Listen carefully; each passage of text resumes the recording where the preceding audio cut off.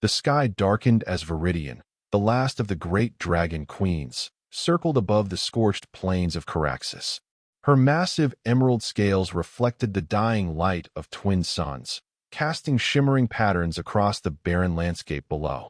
She had been searching for 3 cycles now, her powerful wings beating against the hot desert winds, her golden eyes scanning every crevice and canyon of this desolate planet. Every nest destroyed, every egg shattered, every hatchling slaughtered.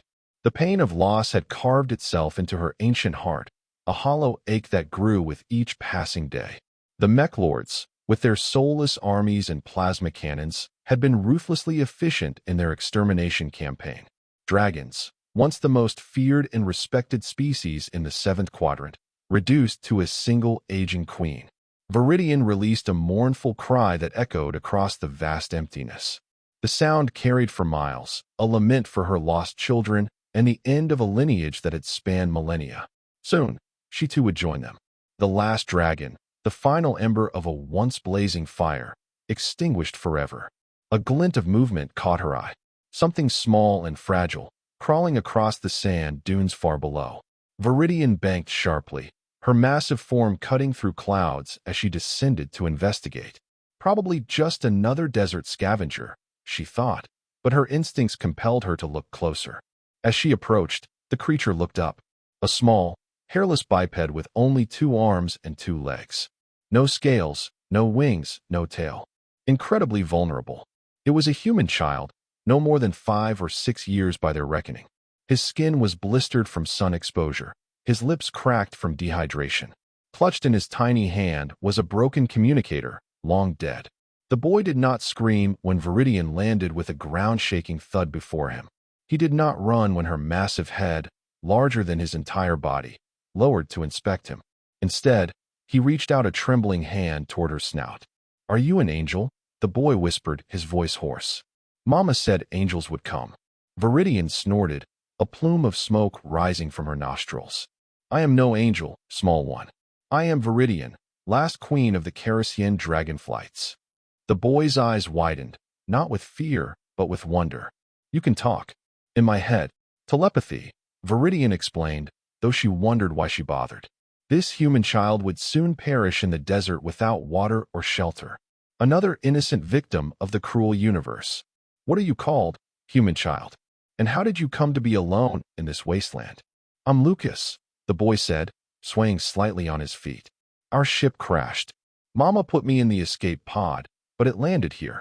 I've been walking and walking, but I can't find anyone." Viridian's golden eyes narrowed. A colony ship, perhaps, or refugees. The war between the mech lords and the Galactic Concord had displaced billions. This child's family had likely been casualties of a conflict they had no part in, just as her own children had been. "You should leave me," Lucas said suddenly, his small face crumpling. "Everyone who stays with me dies." Something stirred in Viridian's ancient heart. A recognition, perhaps, a shared grief that transcended species. Without thinking further, she lowered her massive body to the sand. "Climb onto my neck, small one. You will die if you remain here."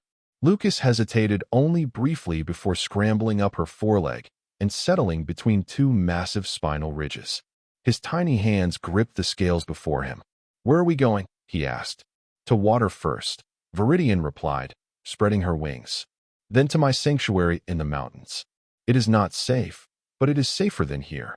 As they rose into the darkening sky, Viridian felt the boys wonder through their telepathic connection. Despite everything he had lost, his mind still marveled at the sensation of flight, at the vast desert spreading beneath them, at the stars beginning to appear overhead. How strange, she thought, that after losing everything, she had found herself becoming guardian to the most fragile creature imaginable. The mountain cavern was cool and dark, a welcome respite from the punishing desert heat. Lucas sat cross-legged on a bed of gathered ferns, devouring the synthesized rations Viridian had recovered from a nearby abandoned outpost. 3 days had passed since she had found him. 3 days of learning about this curious human child with his endless questions and surprising resilience. He had told her about Earth, his distant homeworld, about his mother who had been a xenobiologist, about his father who captained the research vessel that had been destroyed. Why did the robots attack our ship? Lucas asked between mouthfuls. We weren't soldiers. Viridian settled her massive form on the cavern floor, her scales scraping against stone. The mech lords do not distinguish between combatants and civilians. They seek only to conquer, to remake all worlds in their image. Like they did to your babies? Lucas asked, his voice small. Viridian's golden eyes dimmed with sorrow. Yes, small one. Like they did to my clutches. Dragons were considered a threat to their expansion. Too powerful, too intelligent, too independent. I hate them, Lucas said fiercely, his small hands clenching into fists. Hatred will not bring back what we have lost, Viridian replied, though her own heart burned with rage at the memory of shattered eggs and slaughtered hatchlings. Rest now. Tomorrow we must relocate. It is not safe to remain in one place for long. As the boy curled up to sleep, Viridian kept watch, her keen senses alert for any sign of danger. She had lived alone for so long, had resigned herself to being the last of her kind, to dying alone in some forgotten corner of the galaxy. Now, inexplicably, she found herself responsible for this fragile human child. It was madness. She could not care for a human. Their needs were too different, their lifespans too short. Even if she could somehow keep him alive, what kind of life would it be, hiding in caves, constantly fleeing from the mechlord's patrols? Yet when Lucas whimpered in his sleep, caught in some nightmare, Viridian found herself humming a deep, rumbling melody, the same song she would have sung to calm her own hatchlings. Incoming, Viridian roared telepathically, her wings folding as she dove toward the canyon floor. Lucas clung to her neck ridges, his small body pressed flat against her scales. The mechlord scout ship screamed overhead, its sensors sweeping the area. 3 weeks had passed since their first meeting, and this was the 4th time they had narrowly avoided detection. I think they're looking for us specifically, Lucas said as they landed in a hidden ravine. At 6 years old, he was remarkably perceptive. Not just random patrols anymore. Viridian nodded, her massive head swinging toward the sky where the ship had disappeared over the horizon. They may have detected our heat signatures. Dragons burn much hotter than most species. And humans are pretty warm too, Lucas added. He slid down from his perch on her neck, landing with practiced ease. In the short time they had been together, he had adapted quickly to life with a dragon guardian, learning to read her moods, to move with her in flight, to help where his small hands could be useful. We cannot stay in the open, Viridian said. The canyonlands are too exposed. Lucas looked thoughtful, his young face serious beyond his years. What about the old mining tunnels you mentioned? The ones under the northern mountains? Viridian considered this. The abandoned Helidium mines had been carved by an ancient civilization long before humans or even dragons had come to Caraxus. Their depth and the mineral composition of the mountains would help mask their heat signatures. It would be very dark for you, she pointed out. And there may be tunnel collapses, toxic gas pockets. But we'd be safe from the robots, Lucas countered. And you can see in the dark, right? You can guide me. Viridian felt a surge of pride at his courage. Very well. We leave at nightfall. As dusk approached, Lucas busied himself gathering their few possessions. The emergency blanket they had salvaged, the water purifier, the small collection of tools he had assembled from debris. Viridian watched him with a mixture of concern and admiration. He had adapted to their nomadic existence with remarkable resilience, but he was still a child. A human child, far from his own kind, growing up in a war zone. Viridian, Lucas called, interrupting her thoughts. Can I ask you something? You may always ask, small one. The boy approached, his expression earnest. If dragons talk with their minds, and you're the last one, who do you talk to when I'm asleep? The question caught her off guard. Such simple words, yet they pierced straight to the heart of her loneliness. Before you, little one, I spoke to the stars, to the winds, to the memory of my kind. I had grown accustomed to silence. Lucas considered this, then reached out to touch her massive foreclaw. I'm glad you're not alone anymore. And I'm glad I'm not alone either. Something warm unfurled in Viridian's chest, a feeling she had thought long dead. Not quite the fierce, protective love she had felt for her hatchlings, but something new, something unexpected. As am I, Lucas, she rumbled softly. As am I. The mining tunnels proved to be both sanctuary and prison, safe from mechlord detection, yet confined in ways that were particularly difficult for Viridian. Dragons were creatures of open sky and vast distances. The larger central chambers allowed her to move somewhat freely, but the crushing weight of mountain above pressed down on her spirit. For Lucas, however, the tunnels became a playground of discovery. His natural curiosity led him to explore every accessible passage, often returning with curious artifacts from the long-vanished miners. Crystalline tools, strange glyphs carved into stone, occasionally even toys left behind by children of that forgotten race. "Look what I found," Lucas exclaimed, rushing into their central chamber where Viridian lay curled around a small thermal generator. In his hands was a metallic disc covered in intricate etchings. Viridian lifted her head, nostrils flaring as she examined the object. "Careful, small one. Not everything left behind is safe to touch." "It's okay. I scanned it first like you taught me," Lucas said, holding up the salvaged radiation detector that hung from his belt. "I think it's some kind of map or star chart." Viridian peered closer, her ancient eyes recognizing patterns among the swirling glyphs. "Yes, you may be right. The beings who carved these tunnels were great travelers, despite their small size. They charted many worlds beyond Caraxes." Lucas traced the patterns with his finger, his face illuminated by the soft blue glow of the thermal generator. "Do you think any of these worlds are safe? Places without mech lords?" The question hung in the air between them. 6 months had passed since their first meeting. 6 months of hiding, of near misses, of making do with salvaged supplies and dwindling resources. It was no life for a growing boy. "There are rumors," Viridian said slowly, "of worlds beyond mechlord influence. The fringe systems, where their control does not yet reach. But they are distant, and the journey would be perilous. But not impossible." Lucas pressed, his eyes bright with hope. Viridian hesitated. She had avoided thinking of such possibilities, knowing the dangers they would face leaving their hiding place. Yet seeing the yearning in the boy's eyes, she could not bring herself to extinguish that spark. "Not impossible," she conceded. "But it would require a ship, navigation systems, resources we do not have." Lucas's expression fell, but only momentarily. "Then we'll find them, or build them, or trade for them. There has to be a way." His determination both warmed and worried Viridian's heart. Human children, she was learning, possessed an optimism that was both their greatest strength and most dangerous vulnerability. "We will consider all possibilities," she said carefully. "But for now, we must focus on survival. The winter approaches, and we must prepare." Lucas nodded, tucking the star disk into his makeshift backpack. "I'll help gather more fuel for the generator." As he scampered off down one of the smaller tunnels, Viridian settled back onto the stone floor, her thoughts troubled. The boy was growing rapidly, as humans did. Already his clothes were too small, his limbs longer and stronger than when she had found him. Soon he would need more than she could provide in these tunnels: education, companionship of his own kind, a future beyond mere survival.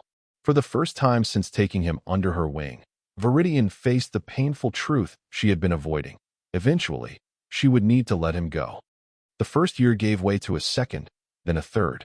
Lucas grew taller, leaner, his skin pale from underground living, but his mind sharp and his spirit unbroken. Viridian taught him everything she could: the histories of a dozen worlds, the languages she knew, the sciences as dragons understood them. For his part, Lucas shared his human knowledge, his memories of Earth and its ways, his innate understanding of mechanics and electronics that seemed to come naturally to his species. Together, they transformed their underground refuge.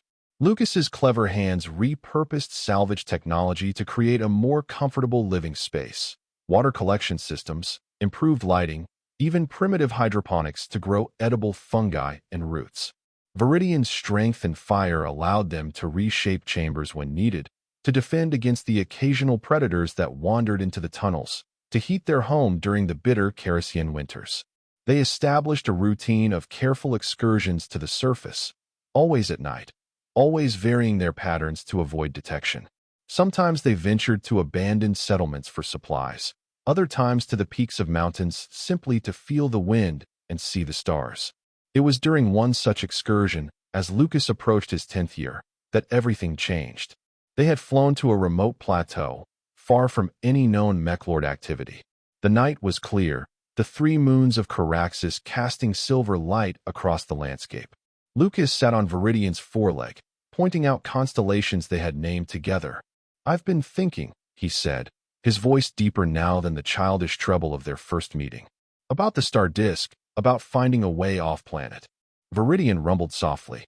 This was a conversation they'd had many times, always ending the same way, acknowledging the dream, but accepting the reality of their situation. "And what new thoughts have you had?" she asked indulgently. Lucas turned to face her, his expression serious in the moonlight. "I think we've been too cautious. We keep waiting for the perfect opportunity, but what if it never comes? What if we have to make our own chance?" A flicker of unease passed through Viridian. "What are you suggesting?" "The trading outpost at Kells Ridge," Lucas said, his words coming faster now. "I've been monitoring their communications when we're on the surface. There are ships that come and go regularly. Smugglers, mostly, but they take passengers sometimes. Smugglers who would as soon sell us to the mech lords as help us," Viridian growled. "The bounty on a dragon would buy a fleet of ships." "Not all of them," Lucas argued. "Some hate the mech lords as much as we do, and we don't have to tell them what you are. You could stay hidden outside the outpost while I make contact." "Absolutely not," Viridian's voice thundered in his mind. "You are not going alone into a den of criminals and mercenaries." Lucas didn't back down. "I'm not a helpless kid anymore, Viridian. You've taught me how to fight, how to think, how to survive. And I can't spend my whole life in these tunnels. Neither can you." Viridian fell silent, the truth of his words striking deep. She had raised him as best she could, protected him, loved him as her own. But he was right. This half-life of hiding was no future for either of them. Before she could respond, a new sound cut through the night, the distinctive whine of mechlord engines. "Down," Viridian commanded, pressing her body flat against the plateau.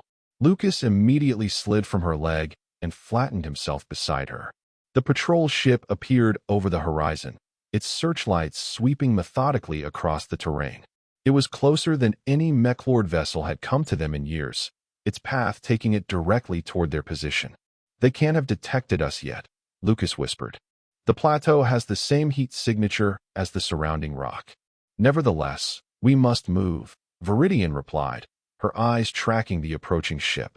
"Slowly, toward the cliff edge. We can descend to the canyon and use the ravines for cover." They began to inch backward, Viridian's massive form moving with surprising stealth, Lucas keeping close to her side. 20 meters to the cliff edge. Then 15. 10. The searchlight swept over them. For one breathless moment, Viridian thought they had escaped notice. Then the patrol ship abruptly changed course, banking sharply in their direction. Alarms began to wail across the night. "Run!" Viridian roared, both aloud and mentally. "To the cliff. I'll hold them off." Lucas sprinted toward the edge, but then stopped, turning back to face her. "No, I'm not leaving you. This is not a discussion." Viridian rose to her full height, her wings spreading wide as the mechlord ship closed in. "Down the cliff face, follow the southern ravine to the tunnel entrance. I will find you." The boy hesitated, his face a mask of anguish. Then the mechlord ship opened fire, plasma bolts striking the plateau around them.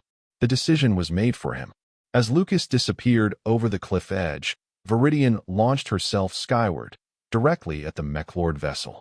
Fire built in her chest, ancient rage fueling the inferno. If this was to be her last stand, she would ensure her child had time to escape. The first gout of dragon fire struck the ship's port stabilizer, melting through metal and circuitry. The vessel lurched sideways but remained airborne, its weapons systems swiveling to track her.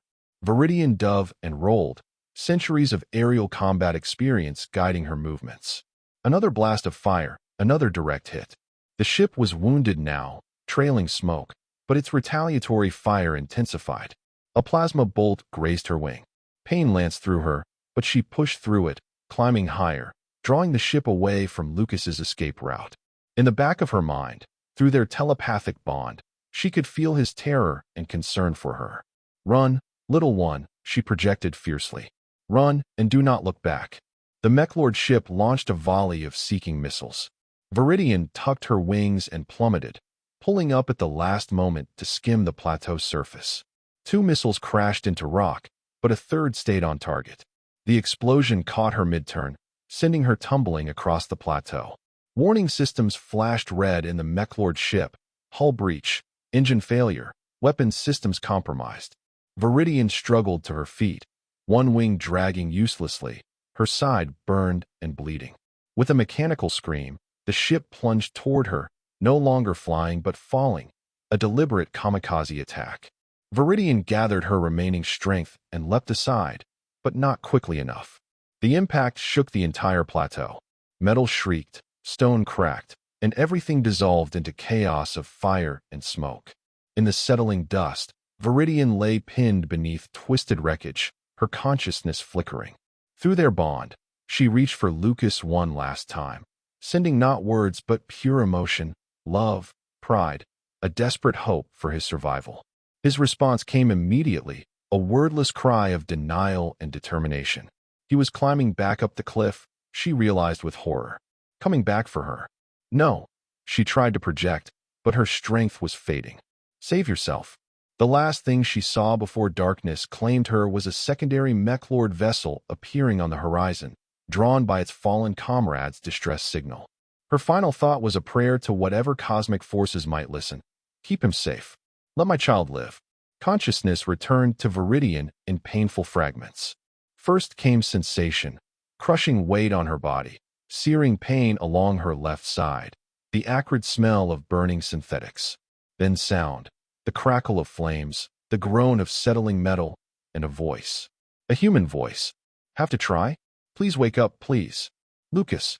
The boy was tugging frantically at a twisted girder pinning her foreleg, his face streaked with soot and tears, his hands bloodied from the effort. Beyond him, through smoke-hazed vision, Viridian could see the approaching lights of the second mech-lord vessel. You should have run, she managed telepathically, her thoughts weak and scattered. Lucas's head snapped up, relief flooding his face. You're alive. I knew it. I knew you were still alive. Not for much longer. Viridian growled, struggling to lift her head. The second patrol is coming. You must hide now. I'm not leaving you, Lucas said, his young voice hardening with determination. He pointed to a dark opening in the plateau's surface, partially hidden by debris. There's a fissure there, leading down into the tunnel system. If we can get you free, we can make it. Viridian assessed their situation with fading clarity. The crashed ship had split the plateau, revealing a network of the ancient mining tunnels below. The opening was indeed large enough for her, if she could reach it. But the twisted metal pinning her was beyond Lucas's strength to move. Listen carefully, she projected, gathering her remaining strength. I will try to free myself. When I do, you run for that opening. Do not wait for me. But no arguments.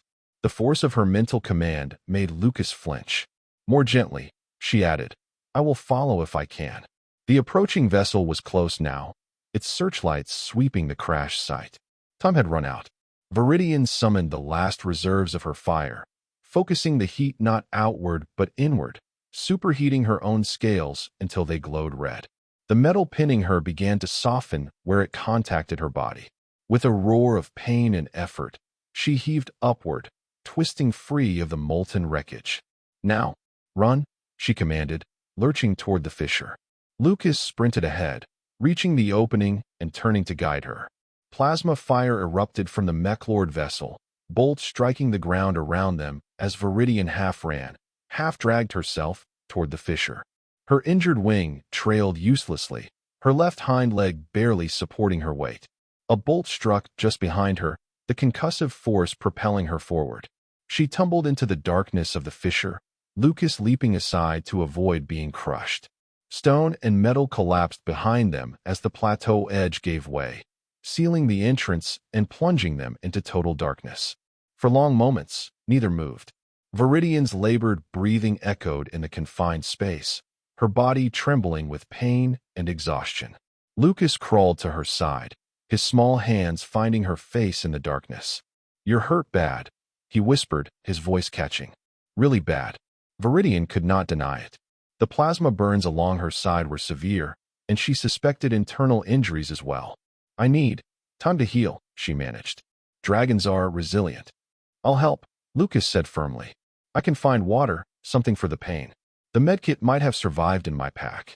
As her eyes adjusted to the darkness, Viridian could see they had fallen into a large antechamber of the mining system, different from their usual tunnels. Ancient support pillars lined the walls, carved with the same glyphs as the star disk Lucas had found. "Rest first," she told him, curling her uninjured wing protectively around his small form. "The mech lords cannot reach us here. We are safe for now." Lucas nodded, pressing close against her scales, his body heat a small comfort against her pain. "I thought I was going to lose you," he murmured, his voice small. "Like I lost everyone else." "Not yet, little one," Viridian promised, though she was less certain than she pretended. "Not yet." Days passed in the darkness of their accidental sanctuary. Lucas proved his resourcefulness once again, finding a water source deep in the tunnels, salvaging what he could from his damaged pack, using his knowledge of the tunnel systems to orient himself in this new section. Viridian drifted between consciousness and fevered dreams. Her draconic healing abilities fought against her injuries, but progress was slow. Too slow. She was ancient, even by dragon standards, and her strength had been waning long before the crash. On what Lucas calculated was the 5th day, she woke to find him sitting cross-legged before her, studying the walls with the help of a small light he had rigged from salvaged crash components. "These markings are different from the others," he said when he noticed she was awake. "More detailed. I think this chamber was important to them." Viridian lifted her head slightly, wincing at the effort. Her vision, keener than human sight even in near darkness, could make out elaborate scenes carved into the stone, star maps, certainly, but also what appeared to be historical records, technological schematics. "The ancients who built these tunnels," she said, her telepathic voice stronger today. "They were called the Kartari. Small beings, but brilliant engineers. They left Caraxes long before my kind arrived." Lucas traced one of the carvings with his finger. "Left to where?" "No one knows for certain. They vanished from recorded history. Some believe they ascended to a higher plane of existence. Others thought they found a world beyond the reach of war and suffering." Lucas was silent for a moment, his young face thoughtful in the dim light. "Do you think that's possible? A place beyond suffering?" The question pierced Viridian's heart. This child had seen so much loss, so much hardship in his short life. Yet still he hoped. "I do not know," she answered honestly. "But if such a place exists, I believe your kind might find it someday. Humans have a remarkable capacity for both creating and overcoming suffering." Lucas nodded, returning his attention to the wall. "I've been mapping the tunnels while you sleep. There's something strange about this section. The passages don't make sense for mining. They're too regular, too intentional. And they all lead to a chamber deeper in, but I haven't gone that far yet. I didn't want to leave you alone too long." "Show me your map," Viridian requested. Lucas retrieved a piece of salvaged metal on which he had scratched a rough diagram. Viridian studied it, recognition slowly dawning. "This is not random," she said. "The tunnel pattern, it mirrors the star configuration on your disk." Lucas's eyes widened. "You're right.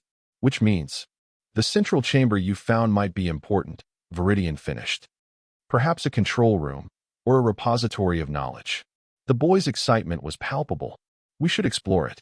Maybe there's something that could help us, or help you heal faster." Viridian hesitated. Her instincts told her there was more to this discovery than they yet understood. But she also recognized the need to give Lucas purpose, to keep his mind occupied while she recovered. "You may explore the passages that you've already mapped," she conceded. "But go no further without telling me, and return before your light dims." Lucas nodded eagerly, gathering his makeshift tools.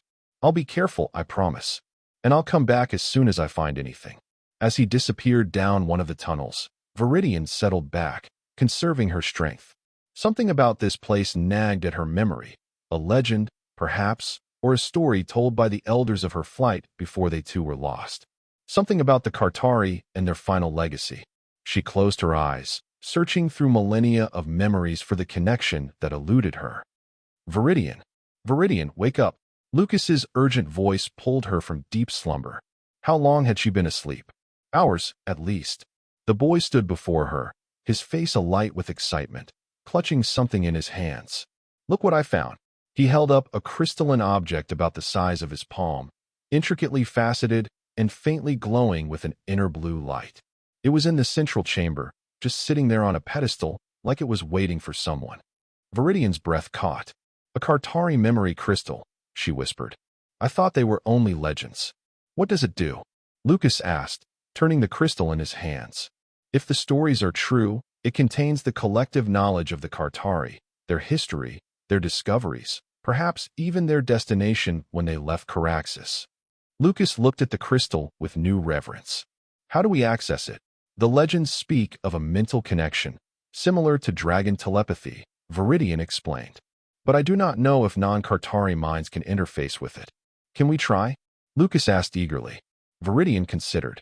Her strength was returning, but slowly. Whatever secrets the crystal held might indeed help them, or might pose new dangers. But the hope in Lucas's eyes decided her. Place it here, between us, she directed, indicating a spot on the stone floor. We will attempt to access it together. My telepathic abilities may help bridge the gap. Lucas carefully set the crystal down and then sat opposite Viridian, their faces illuminated by its soft glow. Following her instructions, he placed his hands on either side of the crystal, not quite touching it. Close your eyes, Viridian said, positioning her massive head close to the crystal. Clear your mind. Feel the connection between us, then extend that feeling toward the crystal. For several minutes, nothing happened. Lucas's face screwed up with concentration, then relaxed as he found the meditative state Viridian had taught him during their years together. The telepathic bond between them strengthened, a familiar connection that had grown deep with time. Suddenly, the crystal flared brighter. Lucas gasped, his eyes flying open. I can feel something, he exclaimed. Like voices, but not quite. Images. So many of them. Viridian, too, could sense it. A vast repository of information flowing outward from the crystal, seeking minds to connect with. She carefully guided the flow, using her telepathic abilities to filter and translate the alien thoughts into forms Lucas could comprehend. The chamber around them seemed to dissolve as projected images filled the space. Stars, planets, ships, strange beings with multiple limbs and crystalline growths where eyes would be on a human. The Kartari, showing their history. They were like us, Lucas whispered, watching the images unfold. They were refugees too. Their homeworld was destroyed in an ancient war. Viridian nodded, absorbing the flood of information. They came to Caraxes seeking sanctuary, just as my ancestors did generations later. The images shifted, showing vast mining operations, cities built within mountains, technological achievements beyond even dragon understanding. Then, ominously, new ships appeared in the visions. Early mechlord vessels, primitive compared to current models, but recognizable in their cold, geometric designs. They were the first, Viridian realized with shock. The Kartari were the first species targeted by the mechlords, long before the current war began. Lucas watched, transfixed, as the images showed Kartari cities falling, their people fleeing deeper underground. But they fought back, he said as the visions continued. They found a way. The next sequence showed Kartari scientists working frantically in hidden laboratories, developing technologies that seemed to bend reality itself. Ships unlike any Viridian had ever seen, capable of traveling beyond normal space. A final exodus as the last Kartari left Caraxes, not scattered in defeat, but united in purpose. They found another place, Lucas said wonderingly. Another galaxy, or dimension, or something. Somewhere the mechlords couldn't follow. The final images showed a set of coordinates, a complex equation, and schematics for a device the crystal identified as a phase shift drive. Then, abruptly, the visions faded, the crystal dimming to its original soft glow. Lucas sat back, his eyes wide. They escaped. Actually escaped.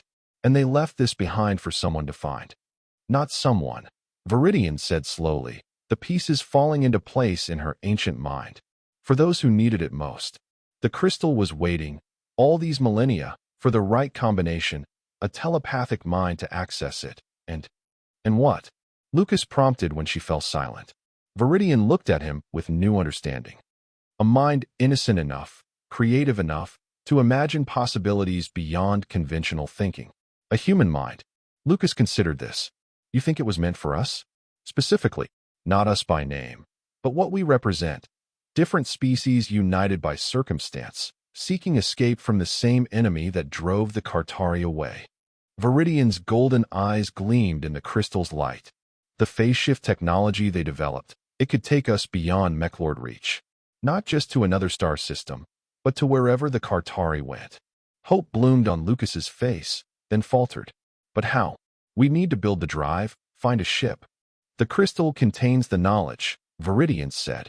And I suspect the central chamber contains more than just this crystal. The Kartari were thorough in their planning. Lucas jumped to his feet. I need to explore the chamber more carefully. There might be components, tools, maybe even a ship. Viridian raised a forklaw to slow his enthusiasm. First, I must heal more completely. And we must fully understand what the crystal offers before taking action. Lucas nodded reluctantly, but his excitement remained palpable. How long until you're strong enough to move deeper into the tunnels? Viridian assessed her injuries. The worst of the burns had begun to scab over, and her broken wing was mending. Another week, perhaps. The crystal's knowledge may help accelerate my healing as well. Then we study the crystal until then, Lucas decided, sitting back down. Together. The Kartari central chamber exceeded even their heightened expectations. As Viridian's strength returned and they ventured deeper into the tunnel system, they discovered not merely a room, but an entire complex. Laboratories, living quarters, and most importantly, a hangar containing a small ship. The vessel was unlike any Viridian had seen in her long life. Its design was organic rather than geometric, the hull composed of a crystalline material similar to the memory crystal, but opaque and shimmering with latent energy. No visible engines, no conventional controls. It seemed grown rather than built. It's beautiful, Lucas breathed as they entered the hangar for the first time. 3 weeks had passed since the crash. Viridian's wounds now healed enough for careful movement through the wider tunnels. But is it still functional after all this time? Viridian approached the ship, her senses detecting a subtle vibration emanating from it. I believe it is in a form of stasis, waiting to be activated. The Kartari built for eternity, not mere centuries. Lucas walked around the vessel, which was large enough to accommodate Viridian's bulk with room to spare. How do we activate it? And how would we get it to the surface?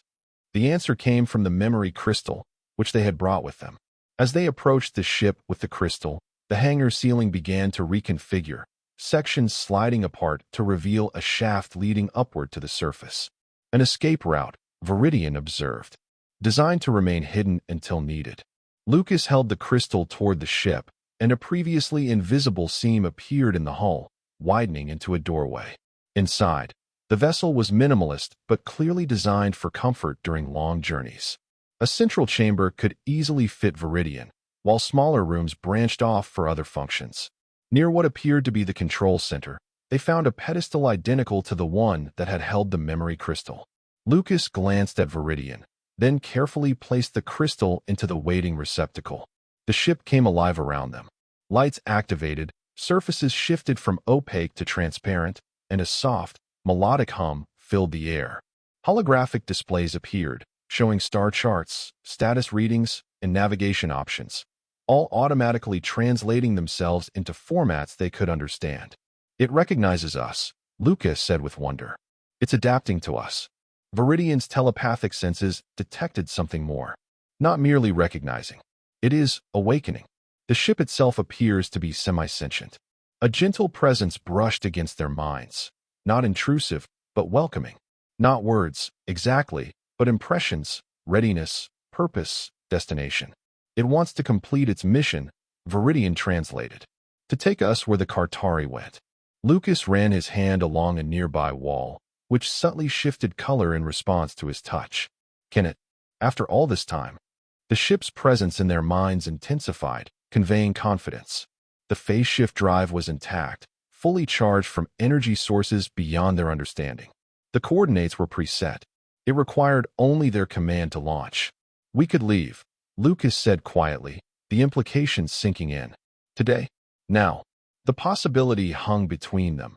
Escape from the mech lords, from a life of hiding, from the constant fear that had defined their existence for years. A new beginning in a place beyond their imagination. Yet Viridian sensed hesitation in the boy. What troubles you, little one? Is this not what we hoped to find? Lucas looked around the ship, then back at her. What about the others? The refugees, the colonies, everyone else suffering under the mech lords? We'd be saving ourselves, but leaving them behind. Oh, of course.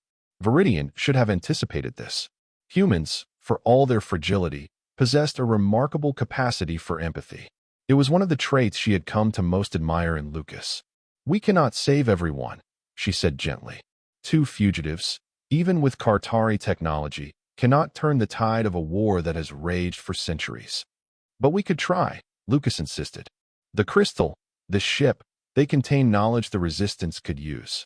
Ways to fight back, or help others escape too." Viridian considered his words. Her first instinct was protective, to take Lucas and flee immediately, ensuring his safety above all else. But he was no longer the helpless child she had found in the desert. He had grown not just in size, but in wisdom and conviction. "What would you suggest?" she asked. Lucas's face lit with determination. "We use the ship to contact the Resistance. There are outposts, hidden bases. The crystal showed us their locations. We share what we've found, help as many as we can. Then, when we've done everything possible, we follow the Kartari." It was dangerous. The moment they left the protection of the tunnels, they would be exposed to mechlord detection once more. But looking at Lucas, seeing the human capacity for hope and selflessness that had somehow survived all his losses, Viridian could not bring herself to deny him this. "Very well," she agreed. "But we move cautiously. At the first sign that the mechlords have deployed significant forces against us, we activate the phase shift and depart. Your life remains my priority." Lucas nodded solemnly. "And yours is mine." The ship's presence in their minds seemed to approve, displaying new information, stealth capabilities, defensive systems, communication frequencies used by resistance groups. It had been designed not just for escape, but for precisely this kind of intervention, should the occupants choose it. "How soon can we leave?" Lucas asked, his earlier hesitation replaced by purposeful energy. Viridian assessed the ship's readiness through their mental link. "The vessel is prepared. It suggests a nighttime launch to minimize visual detection. We should gather what few possessions we wish to take, and rest until then." As they prepared for departure, Viridian watched Lucas moving with newfound confidence.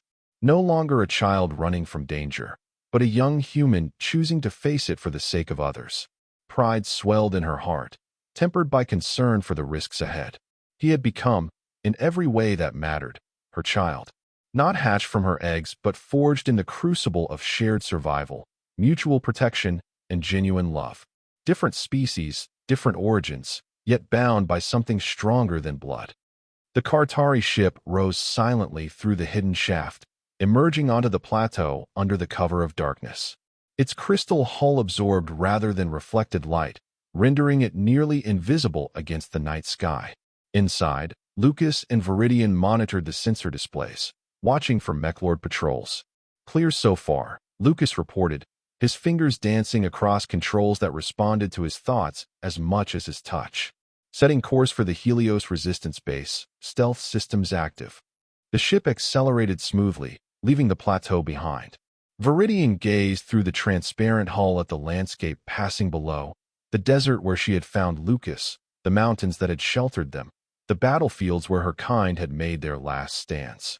She was leaving the graveyard of her species, yet somehow carrying its future with her in the form of this human child who had given her purpose again.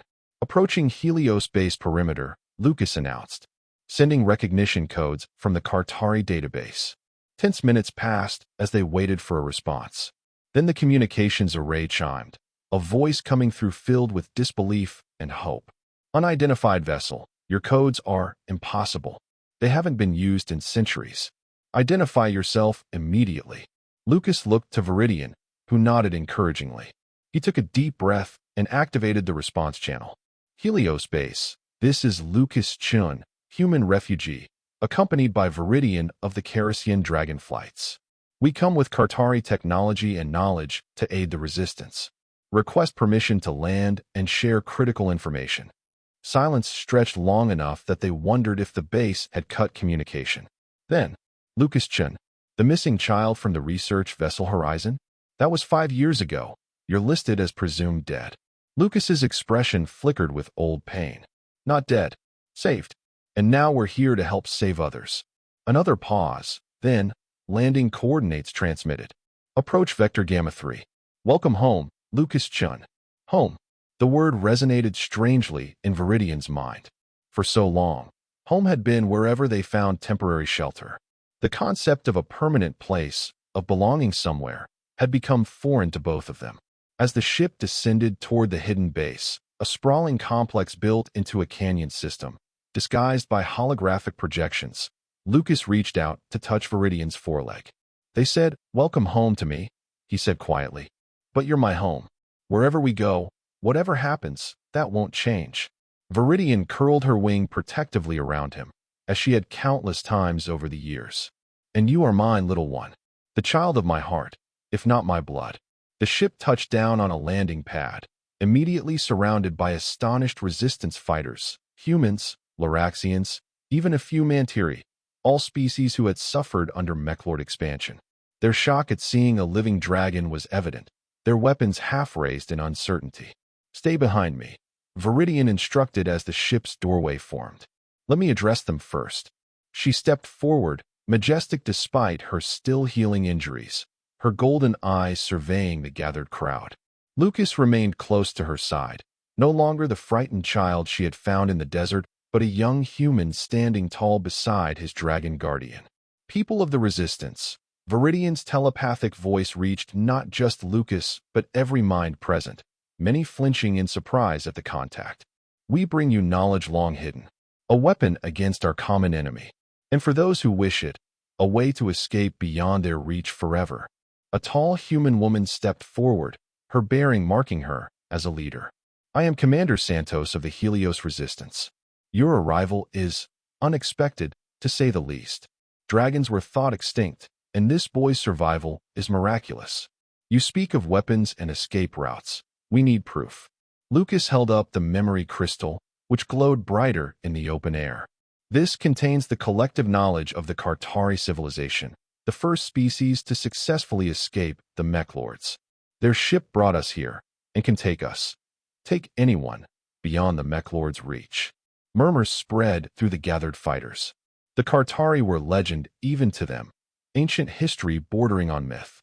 "The boy speaks truth," Viridian confirmed. "We offer this knowledge freely. Use it to fight, or to flee. The choice is yours. We ask only that you help us spread this knowledge to other resistance cells, to give as many as possible the same choice." Commander Santos studied them carefully, then nodded to her officers. "Secure the landing zone. Prepare the data lab for analysis of their crystal." To Viridian and Lucas, she added, "If what you claim is true, you may have just changed the course of this war." As they were escorted into the base, Lucas maintained physical contact with Viridian, his hand resting on her scales. The dragon sensed his mixed emotions, joy at finding other humans, anxiety about integrating with a society he barely remembered, determination to fulfill their mission. "They will be in awe of you," Lucas said quietly. "The last dragon, returned from legend." Viridian rumbled softly. "And they will be in awe of you as well. The human raised by a dragon, bridging worlds thought forever separated. We are both unique now, little one." As they entered the heart of the resistance base, they felt the weight of eyes upon them, hope rekindling in faces long accustomed to despair. The Kartari ship hummed softly in their minds, ready to continue its journey whenever they chose, whether to other resistance outposts or ultimately beyond this galaxy to where the Kartari had gone before. "What happens after?" Lucas asked as they were shown to quarters large enough for Viridian's bulk. "After we've shared the knowledge, helped as many as we can?" Viridian settled onto the floor, curling her tail around to create a familiar space for Lucas to sit. "Then we have a choice. Stay and fight alongside your kind, or follow the Kartari path to a new beginning." Lucas leaned against her warmth, as he had done countless nights in their cave sanctuary. "Not just my kind," he corrected. "Our kind. Humans and dragons together." He paused, then added with a child's simple wisdom, "Maybe that's why we found each other. Not just for us to survive, but to show everyone else that different species can be family." Viridian hummed deep in her chest, the draconic expression of contentment. The future remained uncertain, war still raged, dangers still threatened.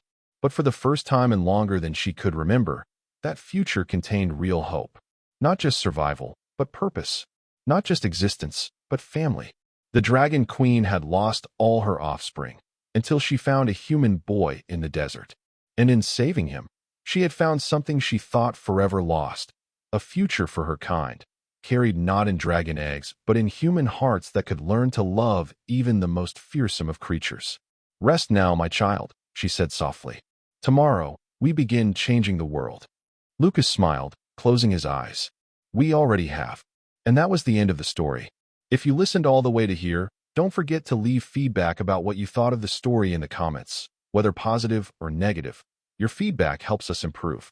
Also leave your like and subscribe to the channel for more stories like this one. And I'll leave here on the screen another video that I'm sure you'll like. Big hug, and see you in the next story.